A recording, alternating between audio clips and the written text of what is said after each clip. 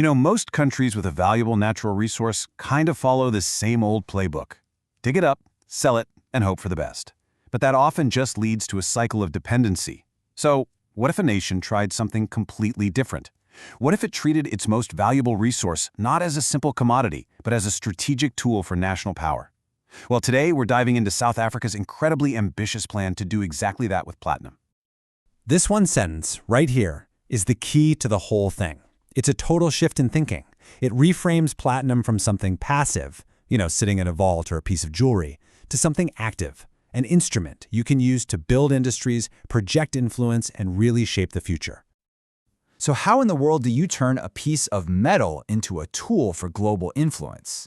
Let's break down this jump from being just a passive asset to an active instrument of power.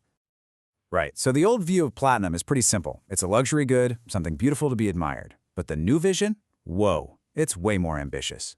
This is no longer just about selling a metal. It's about using its unique properties to become a leader in industries that are going to define the future. We're talking the hydrogen economy, advanced medical technology. It's a huge move from just having wealth to actively using it. And to really get this, we have to wrap our heads around this core concept, a sovereign instrument. And look, this isn't just some corporate buzzword. It means a country takes full control of its natural resource to hit specific national goals. The objective isn't just to get the best price anymore. It's to build a self-sustaining industrial ecosystem right there at home and gain real leverage on the world stage. This is the absolute central idea behind the whole 12-pillar strategy. Okay, so how do you actually turn a metal into a sovereign instrument?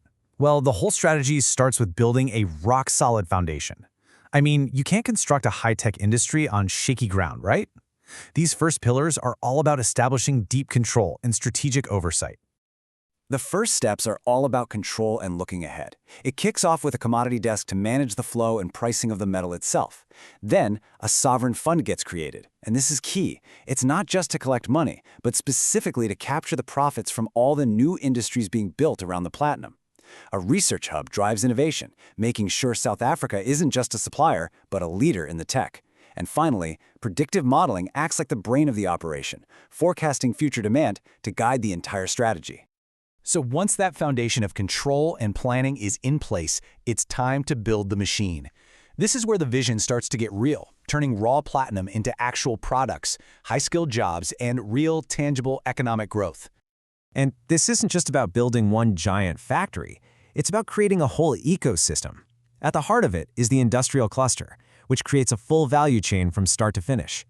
But that's supported by an entire ecosystem of small and medium-sized businesses that specialize in things like hydrogen systems or platinum recycling. And to staff all this, you need trade schools to develop a seriously skilled workforce. And of course, none of it works without the right infrastructure and logistics to power it all and get the final products out to the world. Let's take a quick look inside that path from the ground to the global market. It all starts with refining the raw platinum. That refined metal then gets funneled into high-value manufacturing. We're talking about assembling hydrogen fuel cells or fabricating advanced medical tech. Finally, all of that is handled by a sophisticated export logistics network. See? That's how you transform a raw commodity into a high-tech, high-value export.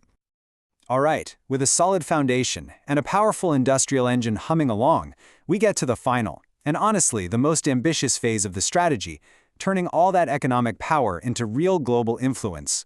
This is where the sovereign instrument really comes to life. This is the big payoff. Industrial leadership creates diplomatic leverage, which lets South Africa negotiate powerful hydrogen energy partnerships with major players like the EU and Asia. Becoming a leader in environmental systems like green refining positions the nation as a responsible global citizen. And back home, city renewal projects like rolling out hydrogen buses become this living, breathing showcase of the technology. All of this culminates in continental positioning, cementing South Africa as the undisputed hydrogen leader in Africa. So when you put it all together, you realize this isn't just some industrial policy. It's a bold, calculated national strategy. It's a high-stakes bet on transforming a single resource into the engine of an entire nation's future. It is, really, a platinum gambit. Okay, so let's just put it all together one more time. The strategy we've walked through has three really clear phases. It starts with the foundation, which is all about establishing control. That foundation then enables the engine, which is focused on industrialization. And that industrial power translates directly into the final phase, influence, which is all about projecting power. Each pillar supports the next, creating this single, cohesive strategy from the ground up. And that leaves us with this powerful question. South Africa is betting that the answer is a resounding yes. By treating platinum not as something to just be sold off, but as a strategic, sovereign instrument, the plan is to build a whole new economic feature.